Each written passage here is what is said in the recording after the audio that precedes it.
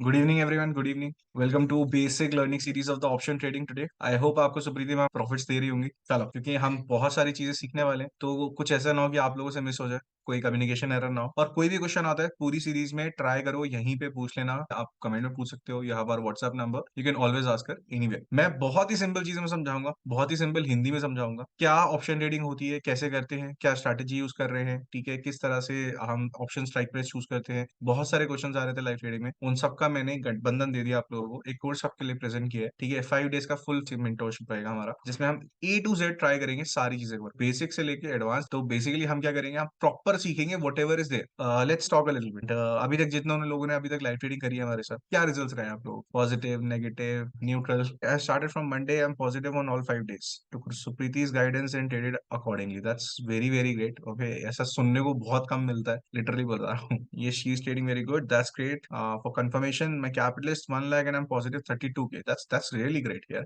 Okay, that's really great. 32% return अगर आपका generate हो रहा है ऑन अ वीकली और monthly basis, then more than 90%, 100% traders में बहुत अच्छा कर रहा है। Also I just got idea how to enter and trade, that's a great thing. ठीक है, कि किस तरह से ट्रेडिंग मेंटेन करा जाता है। तो चलो हम यहाँ पे मेंटरशिप शुरू करते हैं। बिल्कुल ये समझ जाओ कि हम स्क्रैच से शुरू करेंगे। अब कुछ लोगों को वहां से आता होगा, कुछ लोगों को नहीं आता होगा। फोकस क्या बोलता है? फोकस बोलता है जो है जहां से है वहां से पूरा कंटिन्यू करेंगे, समझेंगे, क्योंकि कुछ चीजें ऐसी होती है आपको ऑलरेडी शायद आती हो, मैंने किसी और एंगल से आपको समझाया और आपको बेटर समझ। तो जो आपको ऑलरेडी आता है, try to revise it with me. जो आपको नहीं आता है, try to learn it with me. और जो बिल्कुल समझ नहीं आया, try to ask the questions regarding the same. Let's start basics of option trading. ओम नमः शिवाय करें। सब रेडी है? क्या हम करने वाले हैं पूरा हम अच्छे से समझेंगे, एक एक क्रैक को समझाऊंगा मैं आपको। क्या ऑप्शंस होते हैं, कॉल और पुट क्या होता है, कैसे हम चूज करते हैं, एग्जैक्टली मेथोडोलॉजी क्या होती है, क्यों बने हैं, मनीनेस क्या होती है, कैसे हम यूज कर सकते हैं, कैसे हम इससे रेगुलर इनकम जनरेट कर सकते हैं, कैसे रिस्क मैनेज कर सकते हैं। भाई ट्रेडिंग करोगे तो रिस्क तो है, ठीक है, ट्रेडिंग करोगे तो रिस्क तो है, लेकिन ट्रेडिंग के साथ साथ अगर आप रिस्क मैनेजमेंट कर रहे हो तो आप क्या कर रहे हो, अपने आप को एज अ गैम्बलर नहीं प्रूव कर रहे हो, अपने आप को डिफरेंशिएट कर रहे हो। एज अ ट्रेडर और एज अ गैम्बलर में क्या फर्क है? Only and only your educated risk. की पहली बात, आपने जो भी रिस्क लिया है मार्केट में, आपने बेटिंग करी है, बाय या सेल किया है, देखो दो ही ऑप्शन है, या तो बाय कर सकते हो, सेल कर सकते हो, राइट। लेकिन जो भी किया है एक इन्फॉर्म डिसीजन में किया है, एक इन्फॉर्म्ड वे में। सेकेंडली, इन्फॉर्म्ड वे के साथ आपने आपने एनालिसिस किया, आपको समझ में आया कि अच्छा मार्केट इस तरह से जा सकती है, मेरा प्राइस जो है इस तरह से मूव कर सकता है अप या डाउन, उस हिसाब से मैंने कॉल पुट चूज किया। लेकिन क्या सिर्फ इतना काफी है? नहीं, उसके साथ साथ मुझे क्या चाहिए? उसके साथ साथ मुझे चाहिए कि बाय चांस मैं गलत हुआ, बाय चांस मैं गलत हुआ, ठीक है, मेरा एनालिसिस बहुत अच्छा है, मैं मेरा 100% विनिंग रेशियो भी हो सकता है, but there is always a chance कि आप लोग गलत हो सकते हो या मैं गलत हो सकता हूं। So, उस चीज को बचने के लिए हम क्या करेंगे? रिस्क मैनेजमेंट यूज करें, ठीक है। और रिस्क मैनेजमेंट क्या बोलता है? रिस्क मैनेजमेंट बोलता है कि हम लिमिटेड रिस्क पर ट्रेड रखेंगे और उसके हिसाब से अपना जो है फ्यूचर रिटर्न्स को जनरेट करना शुरू करें। Let's start with the first slide. Okay, so छोटा सा डिस्क्लेमर है, प्लीज इसको गो थ्रू करना। It's a very important thing, this is all for educational guys. Nothing is a kind of construed, nothing should be construed और should be derived as an investment advice और anything. जो भी बता रहा हूँ, जो भी आगे वाले शेयर्स या कॉल या पुट के एग्जांपल्स लूंगा, स्ट्राइक प्राइस के एग्जांपल्स लूंगा, सिर्फ और सिर्फ एजुकेशन पर्पसेस के लिए। ये मत सोच लेना कि सर ने बोला था बाइंग करनी है और कल तुम मार्केट में बल्ले बल्ले हो जाएगी, ठीक है, ऐसा कुछ नहीं होने वाला। तो सारे हम एग्जांपल्स यूज करेंगे सिर्फ और सिर्फ हम अपना, ठीक है ना, अपने एजुकेशनल पर्पसेस के लिए। अबाउट मेंटोरशिप, ये जो भी मेंटोरशिप है, वैसे तो आपको डिटेल्स बताई दी थी सुप्रीति मैम ने, बट फिर भी मैं आपको थोड़ा सा बता देता हूँ। 5 days का प्रॉपर मेंटोरशिप प्रोग्राम है। Every day we will be having such class, such session like this for next 5 days। 1 से 1.5 घंटे का सेशन होगा, कभी छोटा भी हो सकता है, कभी बड़ा भी हो सकता है, डिपेंडिंग अपॉन द टॉपिक। की अगर ज्यादा टॉपिक अच्छा है और मुझे ज्यादा समझाने का मन करा तो हम बड़ा। 5 days का इंटर्नशिप है, लाइव क्लासेस होंगी सबसे पहले तो, जो हमारी चल रही है, where you will be taught technicals, fundamentals, risk management. ये सारी चीजें हम यहाँ पे देखने को मिलेगी कि हम सारी चीजें समझेंगे A to Z। ऐसा नहीं है कि सिर्फ स्ट्रैटेजी समझ ली, जैसे कई आप वेबिनार्स अटेंड करते हो, उन्होंने कोई स्ट्रैटेजी बता दी और उससे आप प्रेरित हो गए, आप आगे कंटिन्यू करो, ऐसा कुछ। सारी चीजें A to Z जो भी यूज होता है ना मार्केट में, जितने वर्ड्स यूज होते हैं वो सारी चीजें हम समझेंगे, टर्मिनोलॉजी समझेंगे, टेक्निकल जार्गन समझेंगे। इस बिजनेस में कौन कौन से टेक्निकल जार्गन है, शॉर्ट सेलिंग कई लोगों को नहीं समझ में आ रहा, शॉर्ट सेलिंग क्या होता है, पुट कब बाय करना चाहिए, पुट सेल कब करना चाहिए, बहुत सारे कंफ्यूजन। कोई दिक्कत नहीं, सारी एक एक करके क्लियर हो जाएगी। तो किसी को कुछ आता होगा, किसी को कुछ आता होगा, किसी को कुछ नहीं आता होगा, तो कहीं ना कहीं हम सारे पजल के पीसेस जोड़ेंगे, लेकिन अल्टीमेटली जो आप साथ में रहेंगे ना, तो आपको वहां पर सही में समझ में आने लगे। तो लाइव क्लासेस तो है ही है सब। सेकेंडली, सबको जो मेजर पॉइंट नहीं मिल पाता वो है लाइव ट्रेडिंग। तो अलॉन्ग विद द सेटअप एक लाइव ट्रेडिंग मेंटर है आपके पास, हम साथ में एक टीम ही है, ठीक है। तो Supriti ji will live trade in front of you from Monday to Friday और 9 to 3:30। तो सबको पता ही है उनका काम। Third, assignments and trading task, ये मैं सबको देता हूँ जो कि आप लोग ट्रेडिंग सीख रहे हो। तो ट्राई करो, कुछ असाइनमेंट्स दूंगा, कुछ होमवर्क दूंगा, कुछ बैक टेस्टिंग मटेरियल दूंगा, ठीक है। अपने आप को प्रो बनाने के लिए हमें क्या करना पड़ता है, कुछ एक्स्ट्रा एफर्ट देना पड़ता है। उस एक्स्ट्रा एफर्ट का नाम क्या है, उस एक्स्ट्रा एफर्ट का नाम है हमारे असाइनमेंट्स। तो जो भी हम सीखेंगे यहाँ पे, ठीक है ना, कुछ भी रिलेटेड टॉपिक्स होंगे, उसके रिलेटेड कुछ क्वेश्चंस दूंगा और आपको कुछ असाइनमेंट्स दूंगा, उसको अच्छे से करने की कोशिश करना। पोस्ट इंटर्नशिप सर्टिफाइड इंटर्नशिप है, सो जिसने सारे असाइनमेंट्स करे हैं, सब कुछ करा है, आपको सर्टिफाइड इंटर्नशिप मिलेगी। और सेकेंडली, जो हम हमेशा बताते हैं कि आपके पास ट्रेडिंग जॉब्स अपॉर्चुनिटीज भी हैं हमारे साथ, ठीक है। तो नोबल एसेट को फाउंडर, तो आगे जाके मैं अपना इंट्रोडक्शन भी दे देता हूँ, लेकिन आपके पास काफी सारी अपॉर्चुनिटीज है अगर आप जुड़ना चाहते हैं for the further things as well. Know your mentor, ठीक है। मेरी इतनी बड़ी सी फोटो आ रही है, फिर एक ऊपर से फोटो आ रही है, कोई दिक्कत नहीं है। तो mister Paras Goyal is a financial expert and the co founder of the Noble Asset. He is an intraday trader specializing in gold, forex, and bank nifty intraday trading, including semi-auto trading strategies in the crypto. Basically, I am a tree market player. तो मेरा जो focus रहता है, जो हम setups use करते हैं, वो हमारी यूजली सब जगह काम, ठीक है ना, एक स्टैंडर्ड सेटअप देखने को मिले जिससे हमें एक प्रोफाउंड नॉलेज, ठीक है। ऐसा नहीं है कि मैं आपके लिए कोई ऐसी स्ट्रैटेजी बता दूं कि 9:25 की कैंडल पे बाय कर लो या इस कैंडल पे बाय कर लो, तो उससे क्या होगा कि एक चार्ट पे बेसिस पे वो चल। बट अगर आप ट्रेडर हो, अगर आपको रिस्क लगाना आता है, अगर आपको एनालिसिस करना आता है, तो आपका एक चार्ट जो है वो सब जगह चलना चाहिए। यानी कि एक जो एजुकेशन है आपने जो ले रखी है स्टैंडर्ड चीज, हर चार्ट पे चलना चाहिए, चाहे वो आपको क्रिप्टो का चार्ट हो, चाहे बैंक निफ्टी का हो, चाहे निफ्टी का हो, चाहे कोई और सेक्टर का। बट अल्टीमेटली हमारा गोल क्या है, हमारा गोल है educated. So try to be with that. चलो नेक्स्ट चलते हैं, ठीक है। कई भी क्वेश्चन आ रहा हो, please do ask me. So why is this mentorship for you, ठीक है ना, क्यों है ये मेंटोरशिप आप लोगों के लिए। द इंटर्नशिप और the mentorship contains the whole exposure of the option market. तो ऑप्शन मार्केट से मैंने बताया, ये स्पेसिफिक पूरी मेंटोरशिप जितनी भी है हमारी related to you can say option market है। जितनी भी टर्मिनोलॉजीज हम यूज करेंगे, क्या ऑप्शन बेसिक्स का, मैं आपको बेसिक से शुरू करूंगा कि कैसे बने ऑप्शन, क्यों यूज होते हैं, क्यों पुट और कॉल यूज होते हैं, नॉर्मल बाय और सेल क्यों नहीं बोला जाता। जैसे हम जब शेयर मार्केट में डील करते हैं, कैश मार्केट में डील करते हैं, तो नॉर्मली शेयर उठा लिए, बाय कर लिए, नॉर्मली शेयर ज्यादा से ज्यादा शॉर्ट सेल कर लो। तो ऑप्शंस को लाने की जरूरत क्या है, ठीक है ना, what is the procedure and why did we do that. And फिर ऑप्शंस के हमारे कुछ नॉर्मल चीजें होती है, ठीक है, जैसे कि आपको पता ही है चार चीजें, थीटा गामा वेगा, उसको हम यूज करेंगे, उसको समझेंगे। As a beginner when you face difficulty in understanding the functioning of the financial market and gets confuse way to start, basically this mentorship हुई। कि कई लोगों के पास, ठीक है, हमें ट्रेडिंग करना आता है, लेकिन हमें ये समझ नहीं आता कहाँ से शुरू करें, कहाँ खत्म करें, लाइक इस बीच के दौरान के स्टेप्स क्या है, हम क्या फॉलो अप कर सकते हैं। तो वो सारी चीजें मैं आपको देने की कोशिश करूंगा। Not only we will cover the basic understanding, but you will also cover the advance concept. तो हम यहाँ पे पूरा का पूरा कवर अप करेंगे, जितना मैं मैक्सिमम हो सकेगा 5 डेज में इसको एक क्रिस्प बनाने की थोड़ी सी कोशिश करूंगा आपको। How to start trading from the scratch. थोड़ी सी ट्रेडिंग से रिलेटेड बात करते हैं कि भाई अगर मैं ट्रेडिंग करता हूँ तो मेरा एक्चुअली एज अ प्रोसेस क्या है, ठीक है ना। तो कई लोग जैसे सुप्रीति जब ट्रेड करती है तो हमारे पास जब कॉल्स आते हैं, सो दे आर आस्किंग अस कि सर मेरे को ट्रेडिंग टीवी नहीं आता, कहाँ से शुरू करूँ, कहाँ क्या करूँ, और मुझे कुछ समझ नहीं आ रहा। कोई दिक्कत नहीं है, सिंपल सीधी बात है, इन स्टेप्स को फॉलो। सबसे पहले लर्न थॉट। देखो कभी भी कोई भी बिजनेस में आप पैसा लगा रहे हैं, ठीक है, आप चाहे ऑप्शंस में लगाओ, चाहे आप कोई भी एक्टिविटी में आप कभी भी अपना जो है फाइनेंस इन्वेस्ट करें, पहले टेक अ लर्न डिसीजन और इन्फॉर्म डिसीजन। तो इन्फॉर्मेशन कलेक्ट करने की कोशिश करो कि यहाँ जो मैं पैसा लगा रहा हूँ, क्या इसका मुझे रिटर्न मिलेगा। सेकेंडली, मुझे कितना लगाना चाहिए, ठीक है, कितने कितने टाइम पे लगाना चाहिए। Should I do a lump sum payment, यानी कि मैं एक साथ सारा पैसा अपना स्टॉक मार्केट में यूज करूँ, क्या मैं उसको डिवाइड करके यूज करूँ। कहने का मतलब यह है कि लर्न थोड़ा, कि क्या क्या चीजें हैं ऐसी जो ऑप्शन ट्रेडिंग में आपको जरूरत होती है, उस चीज को आप लर्न करो। वो लर्न करोगे, उसके बाद आप प्रैक्टिस करोगे। जब आप ये दोनों चीजें करोगे, पहले लर्न होगा फिर प्रैक्टिसिंग होगी, तो आपको देखना कॉन्फिडेंस जो है ना, आपका जो खुद का कॉन्फिडेंस है, सेल्फ इंडिपेंडेंस का, वो बूम होएगा। पैसा तो आ ही जाएगा देखो मार्केट से, लेकिन अल्टीमेटली सबसे पहले क्या आना चाहिए, आपका जो कॉन्फिडेंस है वो आना चाहिए। और वो कॉन्फिडेंस कैसे आएगा, मेरे को हर ट्रेड में ये डर नहीं लगेगा कि ये शायद ट्रेड मेरा गलत हो सकता है, ये शायद मेरा इतना प्रॉफिट बन गया, मुझे निकल जाना चाहिए। ये सारे जो फैक्टर्स हैं, इमोशनल फैक्टर्स हैं, चीजें हैं जो जब हम ट्रेडिंग कर रहे होते तब आती है। तो हम किस तरह से ठीक कर सकते हैं, बेसिकली लर्निंग से और लॉजिकल लर्निंग से, कि आपने ये समझ लिया कि मार्केट यहाँ से यहाँ तक ट्रैवल करेगी। फॉर एग्जाम्पल, अगर मार्केट यहाँ से यहाँ ट्रैवल करेगी, मैं यहाँ बाइंग करके बैठ, अब मेरा अगर अनएजुकेटेड गैस है तो मुझे हर पॉइंट पे लगेगा यहाँ निकल जाना चाहिए, यार इतना प्रॉफिट बन गया यहाँ निकल जाना चाहिए, इतना प्रॉफिट बन गया यहाँ निकल जाना चाहिए। कोई set of standard of rules नहीं। जब मेरे पास रूल्स होंगे, जब मेरे पास अपने एक मैनुअल होगा जो मुझे गाइड करे कि मुझे यहीं निकलना है, यहाँ नहीं निकलना है, यहाँ नहीं, या मुझे यहाँ स्टॉप लॉस रखना है बाई चांस अगर मैंने बाइंग करी और मार्केट मेरे फेवर में नहीं जा रही, अगेंस्ट में जा रही, is there anything which can stop me from losing a lot of things. So what I was trying to tell you कि आप पहले सीख लो, सीखने के बाद प्रैक्टिस कर लो। वो कॉन्फिडेंस जब आएगा ना, खुद से जनरेट हो जाएगा अपने अंदर, अपने आप पैसा किस तरह से मैनेज करना है, किस तरह से बिना डरे आगे बढ़ना है, वो सारी चीजें आपको क्लियर होती चली जाएगी। फिर जब आपको आ जाती है चीज कि आपने भाई सीखना शुरू कर दिया, आपने प्रैक्टिस कर लिया, आपने आपको सारी चीजें आ गई, देन कम्स द एनालिसिस। अब ऐसा नहीं है कि हमने सुबह 9:15 बजे बैठे और मार्केट में बाय सेल करना शुरू कर दिया। सबसे पहला काम क्या है, एनालिसिस।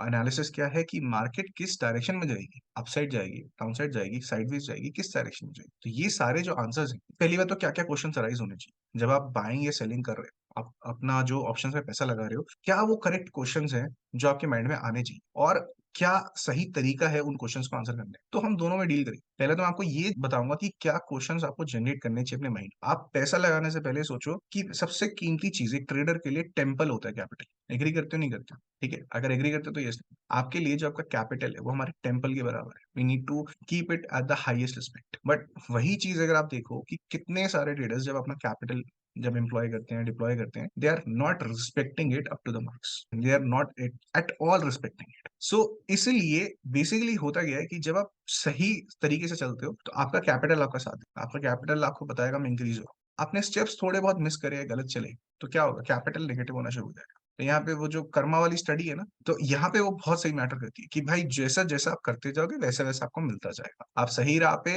10 दिन चलोगे, 20 दिन चलोगे, आपको शायद ऐसा हो सकता है कि प्रॉफिट्स आने शुरू हो जाए, आपका जो एक एम्बिशन है पूरा हो जाए। बट गलत राह पे चलने के लिए, यानी कि जो भी चीज आपने अपनी इंट्यूशन से पता भी होती है, जैसे हमें अच्छा लगता है वैसे तो सामने वाले से जानना कि सर मैं क्या सही कर रहा हूँ या गलत कर रहा हूँ, लेकिन अल्टीमेटली आपकी इंट्यूशन भी आपको बता देती है कि आप सही रास्ते पे हो या नहीं। और अगर आपकी इंट्यूशन बता रही है कि ये नहीं करना चाहिए, आपको विदाउट बैक टेस्टिंग पैसा नहीं लगाना चाहिए, किसी के कहने पे पैसा नहीं लगाना चाहिए, अपनी खुद की लर्निंग लेनी चाहिए, तो ये सारी इंट्यूशन जो है ना, ये आपको रिवॉर्ड करना चाहिए।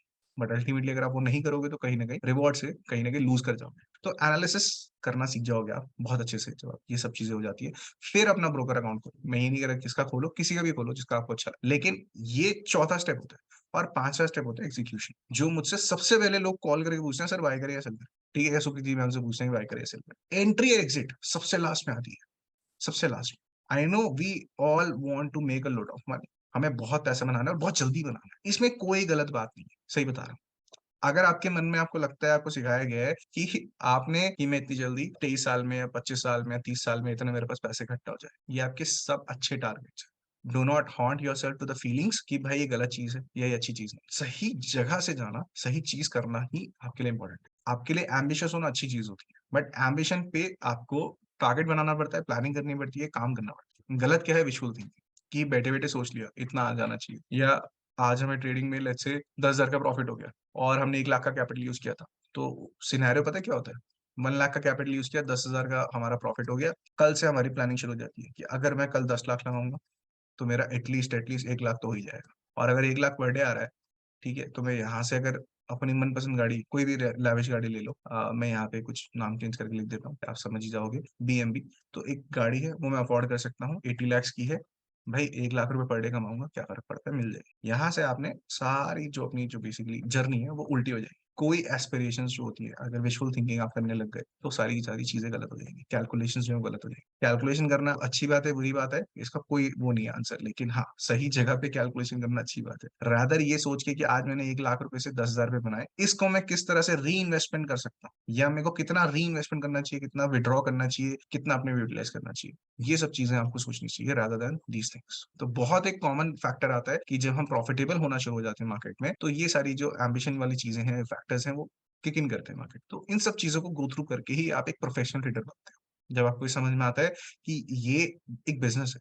इस बिजनेस में आपको तब भी करना है, आपको सैक्रिफाइस भी करना है, आपको लर्निंग भी करनी है, आपको अर्निंग भी करनी है, अपने आप को सर्वाइवल भी देना है, ग्रोथ भी देनी है, और आप ही करता हो, आप ही भरता हो। तो जब ये बात आपको समझ में आने लगेगी, तो वो जो आत्मनिर्भर वाली फीलिंग आती है ना, जो मोदी जी बोलते हैं, वो आपको आने लग जाएगी। एग्जीक्यूशन जो होता है वो सबसे लास्ट स्टेज पे होता है। व्हाट आर फाइनेंशियल मार्केट्स, चलो अब थोड़ा सा रफ अप करते हैं, नॉलेज ले लेते हैं, ठीक है, फटाफट। What are financial markets, basically financial markets क्या है, किसी भी मार्केट की तरह, कोई भी अगर मैं पूछूं आपको व्हाट इज अ मार्केट, ठीक है, तो मार्केट में क्या होता है, बाइंग एंड सेलिंग ट्रांजेक्शन हो रही है, कि एक बायर होता है मेनली और एक सेलर होता है, basically ट्रांजेक्ट with each other on a regular basis. तो अगर मैं कहता फर्नीचर मार्केट, तो फर्नीचर की ट्रांजेक्शन हो रही होगी वहां, कि भाई टेबल चेयर है या फिर कोई भी फर्नीचर है, वहां पे बाइंग और सेलिंग हो रही होगी।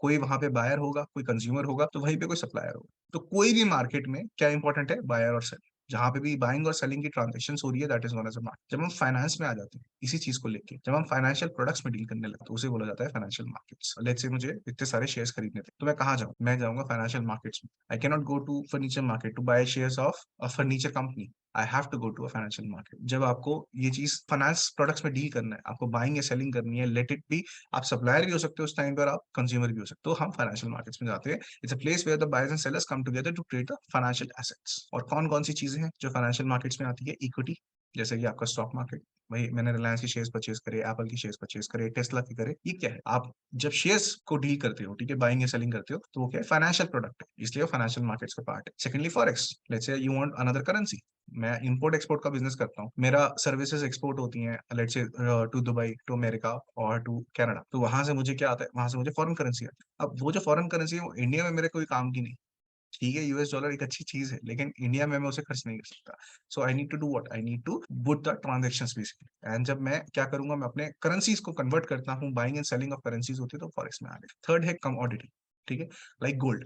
जब भी आप गोल्ड परचेज करते हो, तो क्या हो रहा है? तब आप फाइनेंशियल ट्रांजेक्शन कर रहे हो। ठीक है, आप चाहे ज्वेलरी लेने जा रहे हो, चाहे कुछ भी है, लेकिन जब तक कोई प्रेशियस मेटल है और उसकी वैल्यू आपकी मनी में कन्वर्ट हो सकती है, तब तक वो क्या है? वो आपका एक फाइनेंशियल मार्केट का पार्ट है। क्रिप्टो करेंसी न्यूली एडेड एक करेंसी है। देखो, जो भी क्रिप्टो है, और आपने काफी सारी चीजें इसके बारे में सुनी होगी, ठीक है, ऐसे रिलेटेड कोई भी क्वेश्चन होते हैं तो भी आप मेरे से कनेक्ट कर सकते हो। तो क्रिप्टो करेंसी क्या है? बेसिकली क्रिप्टो क्या है? एक करेंसी की तरह है, कि पहले जैसे आपकी जो फॉरेस्ट करेंसीज है, ठीक है ना, डॉलर, यूरो, पाउंड वगैरह, ठीक है, तो ऐसी क्या है? एक क्रिप्टो समझ लो कि एक नया एसेट आ गया मार्केट में, जो कि एक वर्चुअल करेंसी है। तो क्रिप्टो में भी आप जब डील करने जाते हैं, चाहे इथेरियम है, रिपल है, बहुत सारे क्रिप्टो करेंसीज, तो ये क्या है? फाइनेंशियल मार्केट्स का पार्ट है। Then comes the derivative and future, ठीक है, जिसको हम स्टडी करने वाले हैं, जिसके लिए हमने ये 5 डेज का मेंटरशिप प्रोग्राम रखा है। ये सब चीजें तो थोड़ी बहुत समझ में आ जाती हैं। कंफ्यूजिंग पार्ट ये है, बहुत कंफ्यूजिंग पार्ट ये है, क्योंकि डेरिवेटिव क्या होता है? डेरिवेटिव का मतलब ही वही है जो अपनी वैल्यू किसी और चीज से डिराइव करे। अब पहली बात, उसकी खुद की कोई वैल्यू नहीं, लेकिन अपनी वैल्यू किसी और चीज से डिराइव कर रहा है, तो वहां मामला और कंफ्यूजिंग हो जाता है। आप सुन के इतना कंफ्यूजिंग लग रहा है, किसी और चीज से डिराइव करे, किससे डिराइव करे, कितना डिराइव करेगा, फुल करेगा, हाफ करेगा, सी लॉट्स ऑफ क्वेश्चंस, तो उसके सबके हम आंसर करेंगे। सो आई होप यहाँ तक क्लियर है। क्या हम 1 मिनट 1 टाइम पर इक्विटी और फॉरेक्स ट्रेडिंग कर सकते हैं क्या? हाँ, जरूर कर सकते हो। देखो, ये सब ट्रेडर करते हैं, मैं इवन फॉरेक्स ट्रेडिंग करता हूँ, ठीक है, मेजरली सुप्रीति निफ्टी ट्रेडिंग करती है, आप लोग भी कर सकते हो, चाहे आपकी जो मर्जी हो। आपको बस ट्रेडर बनना है, आपको एजुकेशन प्रॉपर लेनी है, आपको चीजें सही सही समझनी है, और उसको अप्लाई सही जगह करना है, और उसका पर्टिकुलर सॉफ्टवेयर सीखना है। जैसे अगर आपने देखा होगा, हम जब निफ्टी ऑप्शन से ट्रेडिंग करना चाहते हैं, तो हमारे जो इंडियन ब्रोकर अकाउंट्स हैं, उनका खुद का एक सॉफ्टवेयर है, ठीक है। ऐसे ही करके जब हम क्रिप्टो में ट्रेड करना चाहते हैं, तो देर आर डिफरेंट सॉफ्टवेयर, जैसे वजीरेक्स है इंडिया में, या फाइनेंस है, ग्राफिक इंटरफेस डिफरेंट होता है, अल्टीमेटली बाकी सारी चीजें सेम रहती है। तो आई होप यहाँ तक सबको क्लियर है। कोई भी क्वेश्चन आता है तो please let me know in the comment box. Trading versus investing बहुत इंपॉर्टेंट क्वेश्चन होता है, और कई बार मिस हो जाता है। ठीक है, मिस क्या होता है? एक छोटा सा कॉन्सेप्ट है इसके बीच में, और वो समझने की कोशिश करना। ट्रेडिंग वैसे और इन्वेस्टिंग, देखो, प्रिंसिपल मोटो सेम है। आपने सुना होगा ट्रेडिंग, कई लोग हमारे बड़े बड़े इन्वेस्टर्स, उन इन्वेस्टर्स के नाम जो है बेसिकली बहुत famous, mister late Rakesh Jhunjhunwala, ठीक है, he was one of the biggest investor in our country. Warren Buffett, global हमारे जो एक इन्वेस्टर देवता है, ठीक है ना, वो है वो। And there are so many other. Mainly trading और इन्वेस्टिंग में क्या फर्क है? क्या मुझे इन्वेस्टिंग में ज्यादा जाना चाहिए, क्या मुझे ट्रेडिंग में जाना चाहिए? भाई, दोनों एक ही चीज के लिए है, which is profit from the market. चाहे मैं ट्रेडिंग कर रहा हूँ, चाहे मैं इन्वेस्टिंग कर रहा हूँ, ठीक है, दोनों में मुझे क्या करना है? प्रॉफिट कमाना है। दोनों में मुझे रिटर्न चाहिए। या दोनों में रिस्क है? हाँ है। अगर आपको लगता है, कोई बोलता है ट्रेडिंग में ज्यादा रिस्क है, इसमें ज्यादा रिस्क है, इन्वेस्टर से पूछो, जब मार्केट ऐसे क्रैश करती है, और मार्केट में जब पोर्टफोलियो आपका 50% 60% डाउन हो जाता है, भाई रिस्क दोनों में है। कोई चीज रिस्क फ्री नहीं है यहाँ पे, कोई चीज बुलेट प्रूफ नहीं। तो इन सब चीजों को, जो आपने काफी सारी बातें सुनी भी होगी, आई एम नॉट सेइंग कि वो हार्श ट्रुथ है, रियलिटी है, ये है। देखो, दोनों में रिस्क है। चाहे आप इन्वेस्टिंग में चले जाओ, लॉन्ग टर्म में चले जाओ, चाहे शॉर्ट टर्म में चले जाओ, दोनों रिस्क है। बट मेजरली डिफरेंस कहाँ आता है? डिफरेंस आता है टाइम फ्रेम। जब हम ट्रेडिंग कर रहे होते हैं, तब हम बाइंग और सेलिंग कर रहे हैं। सिमिलरली इन्वेस्टिंग में भी बाइंग और सेलिंग करते हैं, लेकिन जब हम इन्वेस्टिंग में बाइंग और सेलिंग करते हैं, हम यूजुअली 6 महीने से लेके 2 साल के लिए, तो हमारा जो स्पैन है ना, वो रिस्क मैनेजमेंट में वो थोड़ा बढ़ जाता है। एकदम धक्का नहीं लगता। पूरा पोर्टफोलियो आज ही डाउन हो गया, आपने आज शेयर खरीदा 50%, अगले दिन डाउन हो गया, ऐसा नहीं होता। ऐसा नहीं हो सकता, ये कोई नहीं बता सकता। उनसे पूछो जिन्होंने लॉकडाउन से पहले जस्ट अपने पोर्टफोलियो में शेयर्स ऐड करे थे, और अगले दिन पोर्टफोलियो हमारा 23% डाउन हो गया था कोविड के टाइम पे। तो ऐसा नहीं हो सकता, ये पॉसिबिलिटी नहीं है। लेकिन ऐसा देखने को नहीं मिलेगा, उसकी प्रोबेबिलिटी क्या है? बहुत कम, कि मार्केट में हमने शेयर खरीदा, अगले दिन 50% डाउन हो गया। तो ऐसा कम होता है इन्वेस्टिंग में, क्योंकि हमारा टाइम फ्रेम बढ़ जाता है। ट्रेडिंग में कुछ भी हो सकता है। मार्केट क्या है भाई? 1 मिनट, 1 डे, सब पे मूव कर रहा है। और आपने फ्लक्चुएशंस देखी है, 1 मिनट पे जब सुप्रीति मैम आपके आगे ट्रेड करती है, 1 मिनट में फ्लक्चुएशंस क्या है, कहाँ से प्राइस कहाँ तक पहुंच जाता है। रोज निफ्टी में देखा जाए तो 500 से 600 मूवमेंट पॉइंट का मूवमेंट आता ही आता है ऑन एन एवरेज। तो ये सब क्या है? ये हमारा शॉर्ट टर्म लाइफ स्पैन। और शॉर्ट टर्म लाइफ स्पैन में हम लोग ना क्या नहीं होते, हम लोग एडजस्टेड नहीं होते इतना रिस्क हैंडल करने के लिए। और कई मेरे पास ऐसे पार्टिसिपेंट्स हैं, जो, सही बताऊं ना, कुछ आपका लाइफस्टाइल भी होता है, और कुछ आपकी पर्सनालिटी भी होती है। हर कोई ट्रेडर नहीं बन सकता। इसका मतलब ये नहीं वो इन्वेस्टर नहीं बन सकता, क्योंकि पर्सनैलिटी भी डिपेंड करती है। No doubt with training, with proper education, with proper agenda, with proper set of focus आप ट्रेडिंग करना सीख सकते हो। बट कईयों का लाइफस्टाइल और जो पर्सनैलिटी होती है वो सिर्फ इन्वेस्टिंग के लिए होती है। सिमिलरली कई लोग इन्वेस्टिंग नहीं कर सकते, वो सिर्फ ट्रेडिंग के लिए बने। ठीक है, तो बहुत सारी चीजें ऐसी होती so but irrespective of your time frame there is a certain need of analysis. भाई चाहे मैं ट्रेडिंग कर रहा हूँ, चाहे मैं इन्वेस्टिंग कर रहा हूँ, मेजर क्या सीन है? मेजर सीन ये है कि मैं को क्या चाहिए, मुझे एक एनालिसिस चाहिए। मुझे बाय करना है, मुझे सेल करना है, उसके लिए मुझे कुछ पता तो होना चाहिए कि ये अच्छी चीज है बाइंग करने के लिए। यहाँ से प्राइस ऊपर जाएगा तभी तो बाइंग करूंगा, यहाँ से प्राइस नीचे जाएगा तो मैं सेलिंग करूंगा। तो अल्टीमेटली दोनों में ही सेम डिसीजन चलेंगे, राइट? दोनों में ही सेम डिसीजन चलेंगे, तो उसके लिए हमें क्या चाहिए? उसके लिए हमें अपना एनालिसिस चाहिए, कोई हमें बता सके या किसी तरीके से हमें पता चल सके कि यहाँ से प्राइस ऊपर जाना है, यहाँ से प्राइस नीचे जाना है। तो हमारे लिए जिंदगी आसान हो जाएगी वो डिसीजन को लेने की। तो वही चीज को हम सीखने वाले हैं। तो ट्रेडिंग और इन्वेस्टिंग में आपको क्यों समझा रहा था? क्योंकि जब ट्रेडिंग हम शॉर्ट टर्म के लिए करते हैं, इसको समझने की कोशिश करना। जब ट्रेडिंग शॉर्ट टर्म के लिए करते हैं और इन्वेस्टिंग लॉन्ग टर्म के लिए करते हैं, तो हमारे पास, मैंने आपको बताया कि एनालिसिस करना होता है। तो हमारे पास दो तरह के एनालिसिस, तो हमारे पास दो तरह के एनालिसिस होते हैं। एक है फंडामेंटल एनालिसिस और एक है टेक्निकल एनालिसिस, और ये दोनों ही इंपॉर्टेंट। शॉर्ट वे में समझा रहा हूँ, बहुत शॉर्ट वे में। स्लाइड पढ़ के बहुत बहुत बड़ा बड़ा लगेगा, ऐसा कुछ नहीं, सिंपल है। फंडामेंटल एनालिसिस क्या होता है? वो सारे फैक्टर्स जो कि मुझे हैम्पर कर रहे हैं मेरे डिसीजन लेने। लेट से प्लास्टिक की बात करते हैं, प्लास्टिक बैन हो गया, तो आपको क्या लगता है कि प्लास्टिक इंडस्ट्री के साथ जो भी कंपनीज प्लास्टिक में डील कर रही हैं उनके साथ क्या होएगा? अच्छा है या बुरा है उनके लिए? एक बार मुझे कमेंट बॉक्स में बताओ, आपको क्या लगता है? प्लास्टिक बैन हुआ था, उससे प्लास्टिक ऑपरेटिंग कंपनीज जो भी प्रोडक्ट प्लास्टिक में डील कर रही है उनके लिए अच्छा हुआ बुरा हुआ? या कोई भी ऐसी न्यूज आती है जीएसटी बढ़ गया, किसी भी चीज पे जीएसटी बढ़ गया, क्या उस इंडस्ट्री के लिए वो अच्छी चीज है या बुरी चीज? तो it's a bad thing for plastic business. अच्छा एक चीज और बताना, लेट से एक नेगेटिव न्यूज आई, प्लास्टिक बैन हो गया फॉर प्लास्टिक कंपनीज। क्या ये फंडामेंटली सोच के बताना, किसी कंपनी के लिए अच्छा भी हो सकता है? प्लास्टिक बैन हुआ, वी नो वी कि ये बुरा है प्लास्टिक कंपनीज के लिए, बट क्या ऐसा कुछ है कि ये सेम न्यूज किसी और कंपनी के लिए अच्छी हो? राइट? ऐसा भी हो सकता है। जूट बैग इंडस्ट्रीज, जब पहले तो जूट बैग को भी जानता भी नहीं था, फिर जब प्लास्टिक बैन हुआ तो सबने शिफ्ट करा डिफरेंट डिफरेंट मटेरियल। तो ये समझो कि अगर फंडामेंटल एनालिसिस क्या होता है, except for price, any factor which is changing my decision और which has the power to change my decision, तो वो क्या है? वो हमारा फंडामेंटल है। मैं, मेरे को फोन बाय करना है, मेरे फंडामेंटल फैक्टर्स क्या आते हैं? मेरे फंडामेंटल फैक्टर्स आते हैं बैटरी कितनी है उसमें, या फिर उसमें आपकी कह लो कि कैमरा कैसा है, प्रोसेसर कैसा है, उसमें रैम कितनी है, स्टोरेज कितनी है। ये सारी चीजें देखते हो जब आप कोई भी इलेक्ट्रॉनिक बाय कर रहे हो। तो ये क्या है? ये फंडामेंटल फैक्टर्स है। लेट से मैं एक आर्टिस्ट हूँ, I need a better laptop जिसमें ग्राफिक डिजाइनिंग अच्छी हो पाए with better graphic cards and everything, right? तो मेरी यूजेज अलग हो जाएगी, मेरे फंडामेंटल फैक्टर्स अलग हो जाएंगे। मैं नॉर्मल, अच्छा अकाउंटिंग करनी है, मैं अकाउंटेंट हूँ, तो क्या मुझे इतने हाई ग्राफिक कार्ड की जरूरत है? नहीं जरूरत।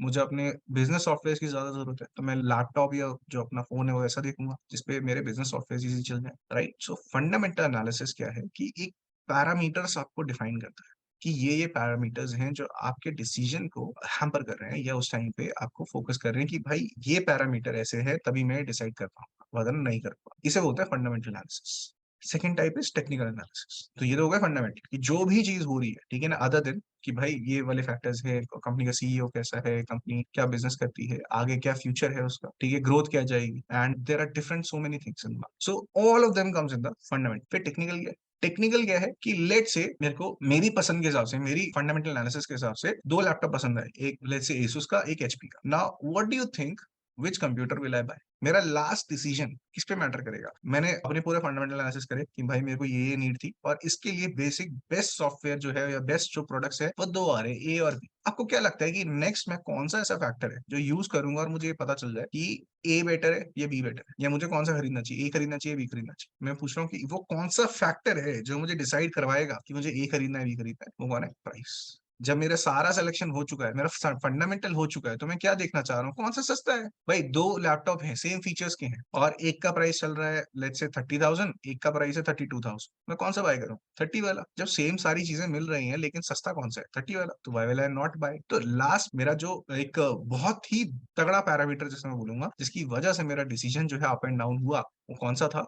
वो प्राइस था। तो सिमिलरली अब आप कंपनीज में जब डील करते हैं, आप फाइनेंशियल मार्केट में डील करते हैं, तो there are an number of things to look at the shares. भाई निफ्टी अगर मतलब हमारा लिस्टेड कंपनीज देखे तो 20,000 से ज्यादा लिस्टेड कंपनी है, उन कंपनीज में से मैं कैसे अपना पोर्टफोलियो बना, पहले मैं फंडामेंटली देखूंगा कि ये कंपनी स्ट्रांग है, ये कंपनी अच्छी है, डिविडेंड पे करती है, ठीक है, इसका ग्रोथ रिटर्न अच्छा है, इसका सीएजीआर अच्छा है, ठीक है ना, बहुत सारे फंडामेंटल पैटर्न्स हो गए, इसका पी रेशियो अच्छा है, इसका जी सी रेशियो अच्छा है, तो ऐसे करके हमने देख लिया। तो हमने देखा कि ये कंपनीज हमने सेलेक्ट कर ली कि लेट्स से ये 5 कंपनीज हैं जो हम बाय कर सकते हैं। अब इस 5 में से मुझे एक ही बाय कर सकता हूँ मैं, तो मैं कौन सी करूंगा, क्या मैटर करेगा मेरे सबसे ज्यादा, फंडामेंटली सारी कंपनीज सब कुछ अच्छा है इन कंपनीज में, 5 कंपनीज मैंने जो सेलेक्ट करी, लेकिन इनमें से मैं एक ही बाय करूँ, और वो मुझे कैसे पता चलेगा, with the help of price. अब लेट से एक कंपनी है, एक वो उसका जो शेयर प्राइस चल रहा है वो चल रहा है 1900 का, बी कंपनी है उसका चल रहा है 2300 रुपए का, दोनों के पैरामीटर सेम है, दोनों के फंडामेंटल सेम है, तो मैं कौन सा इन्वेस्टमेंट करना चाहूंगा, मैं 1900 में इन्वेस्टमेंट करूंगा या मैं 2300 में इन्वेस्टमेंट करूंगा, मैं 1900 में करूंगा। जब सब चीजें सेम है, फंडामेंटल सेम है, कॉर्पोरेट सीएजीआर सेम है, जो मेरे फंडामेंटल्स मुझे चाहिए थे वो सारे सेम है इन दोनों कंपनीज में, तो मैं डिसीजन किस पे लूंगा,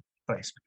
तो आप जब प्राइस के थ्रू अपना डिसीजन लेते हो उसे क्या बोलते हैं, टेक्निकल एनालिसिस। तो सबसे पहले हम क्या करते हैं, फंडामेंटली स्ट्रॉन्ग सिक्योरिटी देखते हैं। जब भी हम पोर्टफोलियो बनाते हैं तो ऐसा नहीं कि डायरेक्टली ये देख लिया कि अच्छा ये कंपनी अच्छी है, ये कंपनी अच्छी है, ये कंपनी अच्छी है, ऐसा नहीं होता। पूरा फंडामेंटल एनालिसिस होता है कि इस कंपनी का ग्रोथ क्या है, इस कंपनी का ग्रोथ क्या है, क्या इनकी क्या फाइनेंशियल रेशियोज चल रही हैं, क्या इन्होंने अपना डेट रिकवर करा है, मतलब डेट अपना पे ऑफ करा है, ठीक है, बहुत सारी चीजें। सर ऑप्शंस में एक्सपीरियंस या साइकोलॉजी बिल्ड हो सकता है, जरूर हो सकता है, क्यों नहीं हो सकता, हर चीज हो सकती है यार, ठीक है, और एक्सपीरियंस से ही हर चीज बिल्ड होती है। लेकिन अल्टीमेटली अगर आप सही चीज को प्रैक्टिस करोगे, जैसे कई लोग बोलते हैं प्रैक्टिस करने से अच्छा हो जाता है, भाई गलत चीज प्रैक्टिस करोगे तो गलत चीज में आगे बढ़ जाओगे, सही चीज प्रैक्टिस करोगे तो सही चीज आगे बढ़ जाओगे। तो ये गलत और सही कौन बताएगा, तो वो बताएगा जिसको ऑलरेडी एक्सपीरियंस है। तो इसलिए पहले उससे जान सकते हो कि क्या सही है क्या गलत है, क्योंकि उसने एक्सपीरियंस ले रखा है, उसके बाद आपका एक्सपीरियंस बिल्ड ऑन होना शुरू हो जाता है। तो आई होप आपको ये समझ में आ गया होगा फंडामेंटल और टेक्निकल के बारे में, ठीक है, कि फंडामेंटल क्या होता है, every other factor affecting my decision whether I should do it और I should not do it, and then the comes a technical analysis, the only factor which is the price, कि यहाँ से price देखूंगा और price के basis पे मैं decision ले रहा हूँ कि मुझे बाय करना है सेल करना। तो ये दो तरह के एनालिसिस हो, ट्रेडिंग और इन्वेस्टिंग फर्क क्या है, याद रखना, ट्रेडिंग और इन्वेस्टिंग में फर्क क्या है। हम जो बात कर रहे थे, ट्रेडिंग में बेसिकली हमें पता है कि फंडामेंटली स्ट्रॉन्ग सिक्योरिटीज में हम ट्रेड कर रहे हैं, हमें उसको हमेशा के लिए तो रखना नहीं, तो हमें फंडामेंटल्स इतने फोकस नहीं कर, मैं ये नहीं कह रहा बिल्कुल नहीं करते, ध्यान रखना, बहुत ही एक फाइन लाइन है इसके बीच में।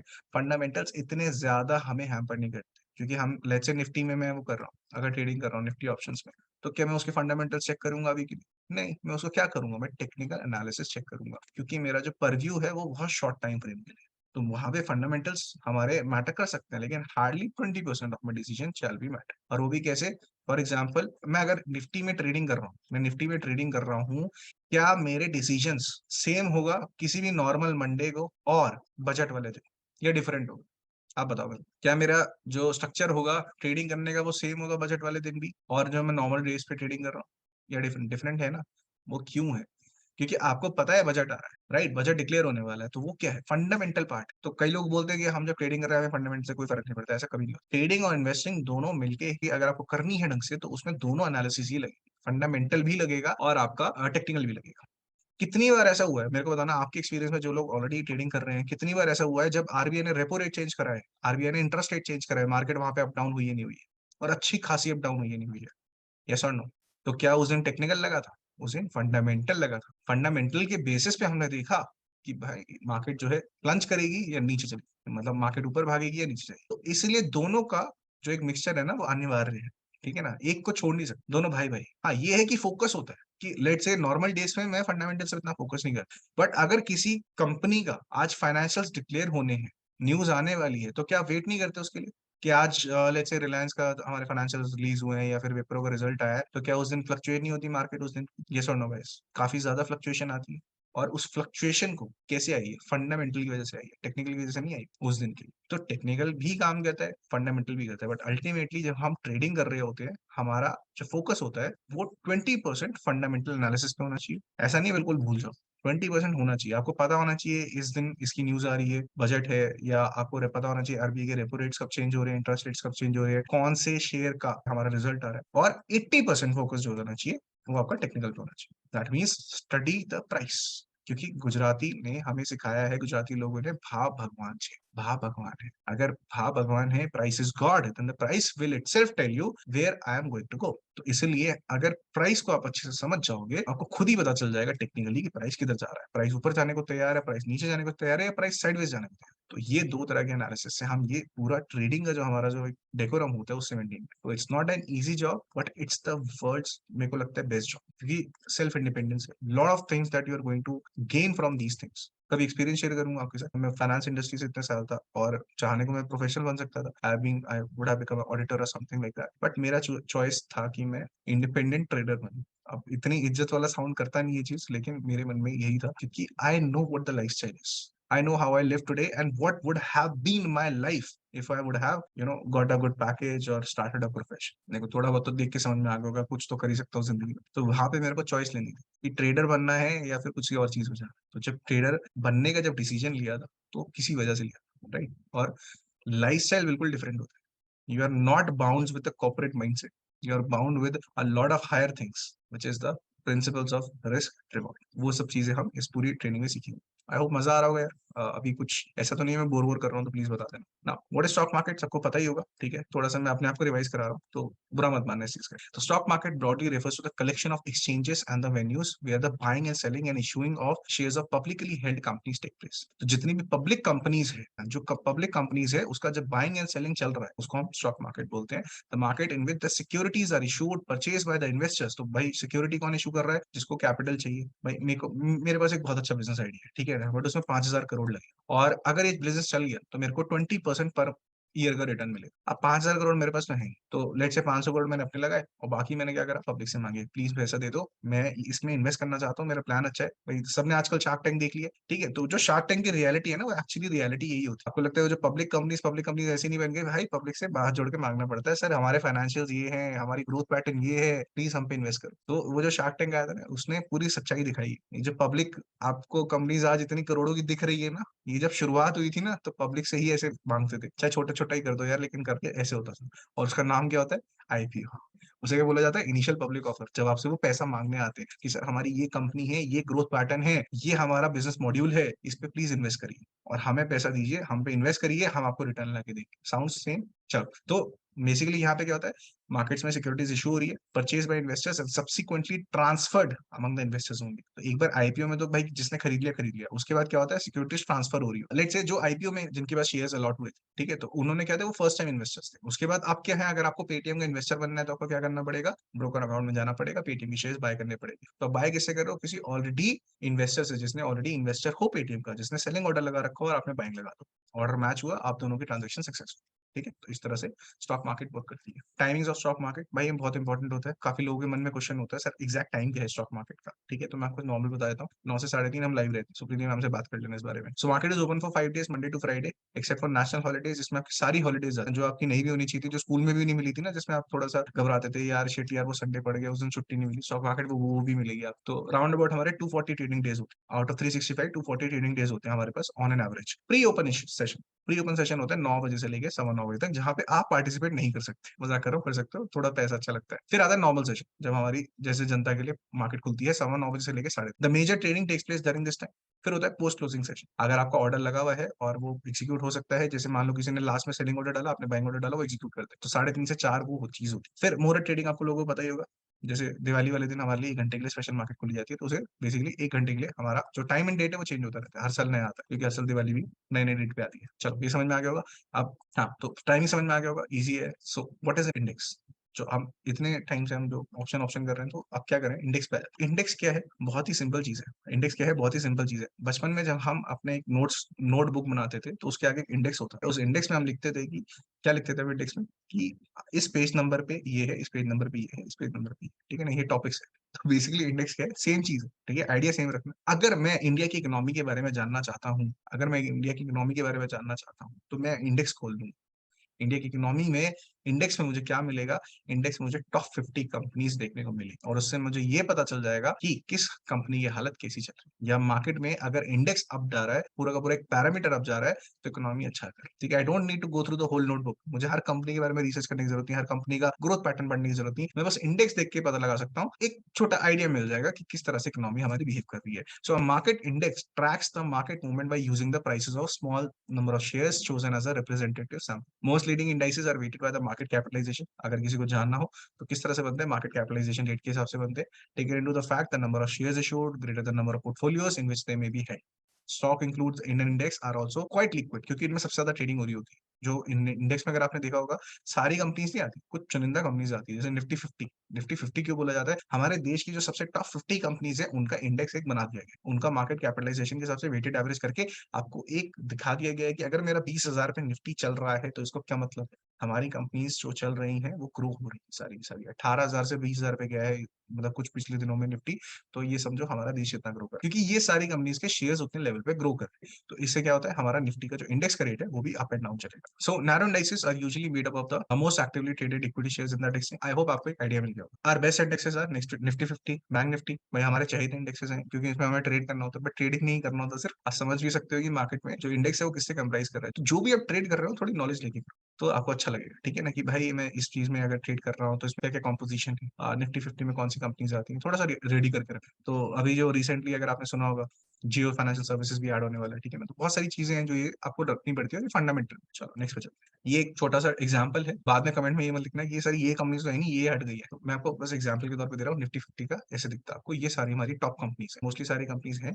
कुछ हट जाती है, रिशफल होता रहता है पोर्टफोलियो जो हमारा निफ्टी 50 का होता है। This is a kind of example कि हमारी टॉप 50 कंपनीज है, और निफ्टी में बेसिकली ये सारी कंपनीज आती है, Reliance, Infosys, ICI, Wipro, Tata Motors, Mahindra and Mahindra, Nestle India. तो ये सारी कंपनीज क्या रिप्रेजेंट कर रही है, ये सारी टॉप 50 कंपनीज हैं। ऑल द लिस्टेड कंपनीज में से जो टॉप 50 कंपनीज है वो हमें रिप्रेजेंट करके क्या बता रही है, निफ्टी 50 का इंडेक्स बता रही है। यहाँ तक सब क्लियर है, ऑल क्लियर। पार्टिसिपेंट्स, अगर आपको नॉर्मली समझना हो, पार्टिसिपेंट्स कौन कौन से होते हैं, मार्केट के इन्वेस्टर होते हैं, हम जैसे लोग जो अपना छोटा छोटा पैसे इन लोगों को देते हैं, तो हम लोग इन्वेस्टर्स हैं। बोर्डर्स और सीकर्स ऑफ फंड, मैंने आपको क्या बताया कि जैसे आपने शार्क टैंक इंडिया देखा, तो सारी जो कंपनीज होती हैं इनको क्या चाहिए, कैपिटल चाहिए, तो ये लोग क्या बोले जाते हैं, बोरोर ऑफ कैपिटल। इनको कैपिटल चाहिए, seekers of fund. So all the companies who are asking your investment, they are the borrowers of capital. फिर आते हैं इंटरमीडियरीज, जो हम दोनों को मिलवाते हैं। भाई कंपनी को कैपिटल चाहिए, हम कैपिटल दे सकते हैं, हम दोनों को मिलवाने वाला कौन होता है, ब्रोकर। आपके जो ब्रोकर अकाउंट है वो कौन है, इंटरमीडियरीज। फिर आती है रेगुलेटरी बॉडीज, ये तीनों ढंग से काम कर रही है नहीं कर रही है, कोई स्कैम कर रही है, तो ये कौन बताएगा, रेगुलेटरी बॉडी। तो सेम ये हमारे मेजर चार पार्टिसिपेंट्स, इन्वेस्टर होता है जो देने वाला होता है कैपिटल को, और उसके बाद बोरोवर ऑफ कैपिटल आता है, कंपनीज आती है जिनको कैपिटल चाहिए, चाहे आपका छोटा छोटा कैपिटल, आपको लगता है कि मेरे 10 लाख से क्या होगा, मेरे 1 लाख से क्या होगा, भाई वो जब 10 लाख लोगों का 1-1 लाख का पूल बनता है ना, तो 10,000 करोड़, 20,000 करोड़ ऐसे ऐसे फंड फिर आपको सुनाई देते हैं, और उसका कंपनी बहुत अच्छा इस्तेमाल करती है, बिजनेस करती है, और उससे अपना प्रॉफिट्स को जनरेट करती है। और इन दोनों को मिलवाने वाला कौन है, इंटरमीडिएरी है, आपका ब्रोकर है। और उसके बाद इन ये तीनों ढंग से काम कर रही हैं, कोई स्कैम तो नहीं चल रहा है पूरी मार्केट में, तो ये कौन ध्यान रखेगा, एक वॉच डॉग, और वो वॉच डॉग का नाम क्या है, SEBI. Next, structure of share market, ठीक है। स्ट्रक्चर ऑफ शेयर मार्केट में क्या होता है, दो तरह के होते हैं, प्राइमरी और सेकेंडरी। जब आपका आईपीओ आता है, पहली बार इनिशियल पब्लिक ऑफर, पहली बार जब कंपनी आपसे पैसा मांगती है, वो क्या होता है, आईपीओ, ठीक है, जहां से आप उसको इन्वेस्ट करते हैं। आईपीओ हो चुका है, आप ऑलरेडी मान लो लेट से रिलायंस के शेयर होल्डर हो, और आपको रिलायंस के शेयर खरीदने, लेट से मुझे रिलायंस के शेयर खरीदने हैं, मैं किससे खरीद पाऊंगा, जो ऑलरेडी एग्जिस्टिंग रिलायंस का शेयर होल्डर है। तो ये होती है सेकेंडरी मार्केट ट्रांजेक्शन। तो जब भी आप buying and selling of shares कर रहे हो ना, वो कहाँ जा रही है, सेकेंडरी मार्केट में। प्राइमरी मार्केट में याद रखना सिर्फ और सिर्फ आईपीओ रहता है। तो ये हमारा छोटा सा एक स्ट्रक्चर है market. So the primary market facilitates the creation of the financial assets, and the secondary market facilitates their marketability and tradability. यहाँ से लिक्विडिटी क्रिएट होती है, ठीक है ना, सेकेंडरी मार्केट से। फर्स्ट टाइम पे अगर आप अपना इश्यूज करना चाहते हो, शेयर अपनी सिक्योरिटीज इशू करना चाहते हो, तो क्या कर सकते हो, सीधा आईपीओ निकालो, ठीक है। और आईपीओ निकलते ही सेकेंडरी मार्केट में ट्रांजेक्शन शुरू हो जाती है घूमना। तो यहाँ से सारी जो हमारी जो वो ट्रांजेक्शन है जो हम करना चाहते हैं एज अ ट्रेडर, हमें कहाँ ऑपरेट करना है, सब आंसर करेंगे, हमें कहाँ ऑपरेट करना है, प्राइमरी में, सेकेंडरी में, तो सेकेंडरी में। चलो ये चीज समझ में आ गई, यहाँ तक सारा बोरिंग स्टफ खत्म। ये बोरिंग स्टफ नहीं था, ये बहुत इंपॉर्टेंट था, बहुत लोगों को फिर नहीं समझ में आता और पता भी नहीं चलता, क्योंकि कोई बताता भी नहीं, ठीक है, बड़े बड़े पेड कोर्सेज में नहीं बताते। और मुझे लगता है पता होना चाहिए, और क्यों पता होना चाहिए आगे चीजें समझ में आ जाएगी। तो अब सबको समझ में आ गया सेकेंडरी पे चल रहे हैं, सेकेंडरी पे ही काम करें। तो यहाँ से हमारी जो जर्नी है वो शुरू होती है शेयर्स और ऑप्शंस की, और जो चीज आप जिस चीज का वेट करो। तो ये सारा बेसिक एक मैंने बनाया था जिससे आपका बेस कन्वर्ट हो सके, आप मेरे से फाइन ट्यून हो सको, ठीक है, मेरी लैंग्वेज को समझ सको। मैं डायरेक्टली आपको बहुत इंपॉर्टेंट चीज समझा दूंगा, आप मेरी ट्यूनिंग नहीं समझ पाओगे, मेरी लैंग्वेज नहीं समझ पाओगे तो उड़ जाएगा। तो ये एक बहुत ही इंपॉर्टेंट होता है, जब आप मेरे साथ बेसिक कर रहे हो तो आपको मेरी लैंग्वेज समझ में आ रही है। इस तरह से सर समझाएंगे किस तरह से मुझे अब्सॉर्ब करना है। चलो, आई होप आपको अच्छा लगा होगा। Different sources of earning in the stock market, भाई किस किस तरीके से पैसे अर्न कर सकते, मेन तो क्या है, मैंने क्या बोला, अब इंटरेस्टिंग स्टफ शुरू हो गया। अब ये बताओ सर पैसा कैसे कमाए, आपने इतनी अच्छी अच्छी बोरिंग चीजें पढ़ाई है मेरे को, अब ये बताओ पैसा कैसे कमाए इस मार्केट में। स्टॉक मार्केट में पैसा किस तरीके से बनता है, इन 6 तरीके से बनता है। सबसे पहला आईपीओ, जब आप इनिशियली किसी कंपनी में इन्वेस्ट कर रहे हैं, कोई भी, अगर आपने सुना हो, लेट से यहाँ पे एक टाउन है और यहाँ पे एक नया प्रोजेक्ट आने वाला है, एयरपोर्ट। मुझे ये बताओ क्या इस जमीन के प्राइसेस बढ़ने वाले हैं, यस और नो? समझते चले जाना। अब सब सारी चीजें ऑप्शन से रिलेट करूंगा, ठीक है ना, जितने लोग यहाँ वेट कर रहे थे एक एक क्वेश्चन का आंसर करना शुरू कर। एक जमीन है, वहां पे एयरपोर्ट का प्रोजेक्ट निकलने वाला है, क्या उसके प्राइसेस बढ़ने वाले हैं, यस? क्या आज ही बढ़ जाएंगे, सारा सारा का सारा प्राइस आज ही बढ़ जाएगा? लेट से 1 लाख की जमीन थी, 1 लाख बीघे की जमीन थी, 9 लाख पे जाने वाली है। क्या सारा का सारा शिफ्ट आज ही आ जाएगा? टाइम लगेगा भाई। एयरपोर्ट तो अभी एक न्यूज आई, एयरपोर्ट बनेगा, 5-6 साल तो बनने में लग जाएंगे, डेवलपमेंट में लगेंगे। उसके बाद वहां पे असली डेवलपमेंट का काम शुरू होता है जब वो एयरपोर्ट ऑपरेट होने लगता है, ऑपरेशनल होता है, तब वहां पे सारी चीजें शुरू होती है। तो आईपीओ क्या है, जिस दिन ये न्यूज आ गई कि एयरपोर्ट यहाँ पे बन सकता है, यस और नो, तो अगर मेरा एक रियल एस्टेट पे यहाँ पर एयरपोर्ट निकलने वाला है, एयरपोर्ट का प्रोजेक्ट आने वाला है, तो यहाँ जमीन के प्राइसेस बढ़ेंगे।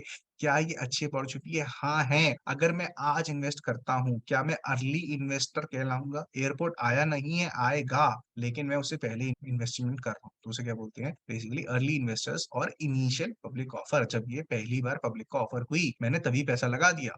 पैसा ऊपर भी जा सकता है, नीचे भी जा सकता है, ऐसा जरूरी नहीं हर बार प्रॉफिट ही होता है, ठीक है ना। तो बहुत सारी कंपनीज के आपने हाल देख ली होंगी आईपीओ के बाद। तो आईपीओ क्या होता है, आईपीओ में पहली बार कंपनी आती है, मेरा ये प्रोजेक्ट है, इस पे पैसा लगाइए, और आगे 3 से 5 साल 10 साल बाद अपना रिटर्न देखिए। प्रोस्पेक्टस इश्यू होता है, उसमें ये बताया जाता है कि ये फाइनेंशियल्स हैं, ये हमारे अगले 3 साल के फाइनेंशियल्स हो सकते हैं अगर आप हमारे साथ इन्वेस्ट करेंगे तो ये क्या है, आईपीओ है। मैं अर्ली इन्वेस्टर बन जाऊंगा। आईपीओ में अलॉटमेंट निकलता है, अपना पैन कार्ड डालते हो, और वहां से क्या होता है, आपकी अलॉटमेंट निकलती है। अच्छा, इसके नाम पे आ गया, इसके नाम पे आ गया, इसके नाम पे नहीं आया, चलो, तो अलॉटमेंट हो जाता है। तो इस तरह से हमारा आईपीओ चलता है। लेकिन हम कैसे कमा सकते हैं, आईपीओ का सोर्स ऑफ अर्निंग कैसे है, हम अर्ली इन्वेस्टर्स होते हैं। तो जो शेयर हमारा 750 का है इनिशियली आईपीओ में, वो कहाँ पोटेंशियल रखता है, सीधा आप देखोगे 2 से 3 साल में 1500 2000 का हो जाए। और ऐसे काफी सारे शेयर्स हैं, मैं किसी का नाम नहीं लेना चाहता, ना ही मैं बुरे वाले को नाम लेना चाहता, भाई लॉसेस नहीं होते। देखो, जहां अर्निंग है ना, स्टॉक मार्केट में एक चीज समझ लेना, अगर कोई भी, चाहे इवन मैं भी ये बता रहा हूँ कि यहाँ अर्निंग पोटेंशियल है, वो अर्निंग के साथ ना रिस्क अपने आप जोड़ ले, इम्प्लाइड है वो चीज, इम्प्लाइड। मेरे को ये कहने की जरूरत ना पड़े ये रिस्क फ्री, कोई चीज रिस्क फ्री नहीं है, कोई गारंटीड नहीं है स्टॉक मार्केट। लेकिन रिटर्न का पोटेंशियल जो है वो सबसे अधिक है, अधिक मात्रा में है। आप कोई भी फाइनेंशियल सिक्योरिटी अपना देख लो, एफडी है, अलग अलग इन्वेस्टमेंट प्रोजेक्ट्स होते हैं, सबसे ज्यादा रिटर्न दे सकती है वो है स्टॉक मार्केट। बट जहां जहां अर्निंग है ना, चाहे वो आप कोई यूट्यूब वीडियो सुन के देखने को मिल रहा हो, चाहे मेरी वीडियो देखने को मिल रहा हो, लेकिन अर्निंग के साथ एक चीज अपने आप जोड़ लेना दिमाग से, वो है रिस्क। सेकंड तरीका क्या है पैसे कमाने का, ट्रेडिंग, सेकेंडरी मार्केट में डीलिंग करना। सेकेंडरी मार्केट में डीलिंग करना, buying and selling of shares, ठीक है। जब हम बाइंग और सेलिंग ऑफ शेयर्स करते हैं उसे बोलते हैं ट्रेडिंग। ट्रेडिंग में ऑप्शन ट्रेडिंग भी लास्ट में आता है, तो उसमें भी हम कर सकते हैं। तो ट्रेडिंग से हम क्या करते हैं, प्राइस बढ़ने वाला है, हम बाय कर लेते हैं और उसके बाद उसे बेच देते हैं। प्राइस घटने वाला है, हम शॉर्ट सेल करते हैं, उसके बाद उसे सस्ते में खरीद लेते हैं और हम उससे पैसे कमाते हैं। तो ये सारी डिटेल्स में अभी आपको कराना है। थर्ड टाइप है म्यूचुअल फंड्स। भाई इतना पैसा तो नहीं है, मुश्किल से 1000 रुपए 1500 रुपए बचता है मेरे पास, तो मैं क्या कर सकता हूँ, क्या छोटे पैसों से बड़ा बना जा सकता है? हाँ, बना जा सकता है। तो म्यूचुअल फंड पूल्स आते हैं जो आपको बोलते हैं ठीक है आपके पास, अब लेट से फॉर एग्जाम्पल मैं कह रहा हूँ, एमआरएफ है, आपने सुना होगा, हमारा इंडिया का पहला शेयर है जो 1 लाख क्रॉस कर गया, राइट? अब वो इतना अच्छा शेयर है, हमें पता है उसका पोटेंशियल है। क्या मेरे पास इतना पैसा है कि मैं एक शेयर भी ले सकूं? नहीं। तो क्या मैं उसमें निवेश नहीं कर सकता? नहीं, आप कर सकते हो। जरूरी नहीं कि आपकी एक शेयर की वैल्यू अगर 70,000 थी और आपके पास 70,000 ही होने चाहिए। आप छोटे अपने 700 रुपए, 7,000 रुपए, 8,000 रुपए से भी आप क्या कर सकते थे, शेयर को खरीद सकते थे एमआरएफ के। और ये हेल्प हमारी कौन करता है, म्यूचुअल फंड्स, ठीक है। ये हेल्प हमारी कौन करता है, म्यूचुअल फंड्स। म्यूचुअल फंड्स हम छोटे लोगों से, हम छोटे छोटे इन्वेस्टर से छोटा छोटा फंड कलेक्ट करता है और उसके पास हो जाता है एम्पल ऑफ बिग फंड। और वो बिग फंड से वो अच्छे शेयर्स को खरीदते हैं, अच्छे शेयर्स को खरीदते हैं, उस पे जो रिटर्न आता है वही रिटर्न आपके पोर्टफोलियो में भी रिफ्लेक्ट करे। तो कई लोगों को म्यूचुअल फंड से रिलेटेड क्वेश्चन होते हैं कि कैसे काम करते हैं। तो मैं एक छोटा सा जिस्ट दे रहा हूँ। क्लास हमारी ऑप्शन की है, टेंशन मत लो, म्यूचुअल फंड भी कहूंगा आप लोगों से। चलो नेक्स्ट पे आ जाते हैं। Exchange traded funds, ETFs. तो जैसे फॉर एग्जांपल इसमें छोटा सा एग्जांपल दूंगा, निफ्टी। जैसे मैंने अभी आपको बताया कि निफ्टी के हमारा इंडेक्स है। अब निफ्टी में 50 हमारी टॉप 50 कंपनीज है, ठीक है। अब मुझे चाहिए कि मैं इन टॉप 50 कंपनीज में इन्वेस्टमेंट करूं, तो क्या मैं हर एक कंपनी के एक शेयर खरीद, एक आइडिया वो लगता है? ऐसा नहीं होता। तो हम क्या करते हैं, हम इंडेक्सेस के एक रेप्लिकेट करने वाला म्यूचुअल फंड या एक ट्रस्टेड फंड होता है, उसको हम क्या कहते हैं बेसिकली ईटीएफ्स। उसमें आप डायरेक्टली आप बाय कर सकते हो। तो आप क्या कर रहे हो, डायरेक्टली अगर निफ्टी की वैल्यू बढ़ रही है, उस इंडेक्स की वैल्यू बढ़ रही है, तो आपकी ईटीएफ की वैल्यू भी बढ़ रही है। जैसे फॉर एग्जांपल निपॉन का चलता है निफ्टी 20, तो उसको आप खरीद सकते हो। जैसे अगर आपको रेप्लिकेट करना है अपनी इन्वेस्टमेंट कि जैसे जैसे निफ्टी बढ़ रहा है मेरी इन्वेस्टमेंट भी बढ़े, तो ऐसे ऐसे ईटीएस होते हैं जो इंडेक्स को रेप्लिकेट करते हैं। बेसिकली जो इंडेक्स में शेयर है, उन्हीं शेयर्स में आपका पैसा लगाते हैं, ठीक है, जस्ट लाइक म्यूचुअल फंड। फिर आते हैं लॉन्ग टर्म इन्वेस्टमेंट। आपने एक पर्सनल मैनेजर हायर करा या आपने फंडामेंटल एनालिसिस करा कंपनीज का, आपको पता चला इस कंपनी का फंडामेंटल अच्छा है, जो पेनी स्टॉक्स होते हैं, ठीक है ना, उसमें आपने इन्वेस्टमेंट, आपने देखा कि ये कंपनी का प्रोजेक्ट अच्छा आया है, मुझे आज खरीद लेना चाहिए।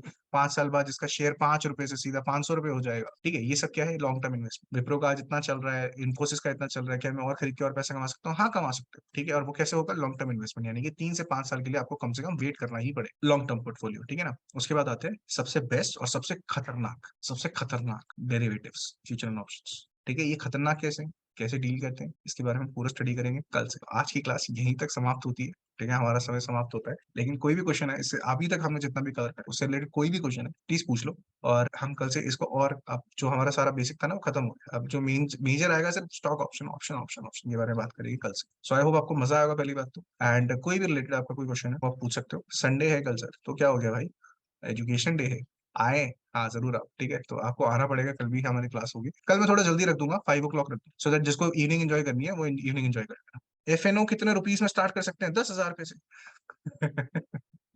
ठीक है। तो जो आप एक एक लॉट से अगर आप ट्रेडिंग करना चाहते हो, तो मैक्सिमम आपको कितना लगेगा, 6 से 10 हजार के बीच में कैपिटल लगता है, तो उससे भी आप शुरू कर सकते हो। नहीं, शाम को ही रखे, शाम को ही 5 बजे बोल रहा हूँ, सुबह मैं भी नहीं उठूंगा मेरे भाई, टेंशन मत लो। मैं आप ही की तरह हूँ, मैं कोई अलग प्राणी नहीं हूँ। सुबह 5 बजे कोई नहीं उठने वाला, शाम को 5 बजे ही मिलेंगे। चलो, आई होप आपको मजा आएगा गाइस, एंड कल 5 बजे मिलेंगे सबके सब। Good luck to traders and then see you in the next video. तो कोई भी क्वेश्चन आता है आप व्हाट्सएप भी कर सकते हो हमें, जो आपके पास व्हाट्सएप नंबर है 7817999300 का, उस पर आप सुप्रीति मैम से अपने क्वेश्चन पूछो, उनको बिजी रखो। And thanks for this education, you are always welcome, ठीक है।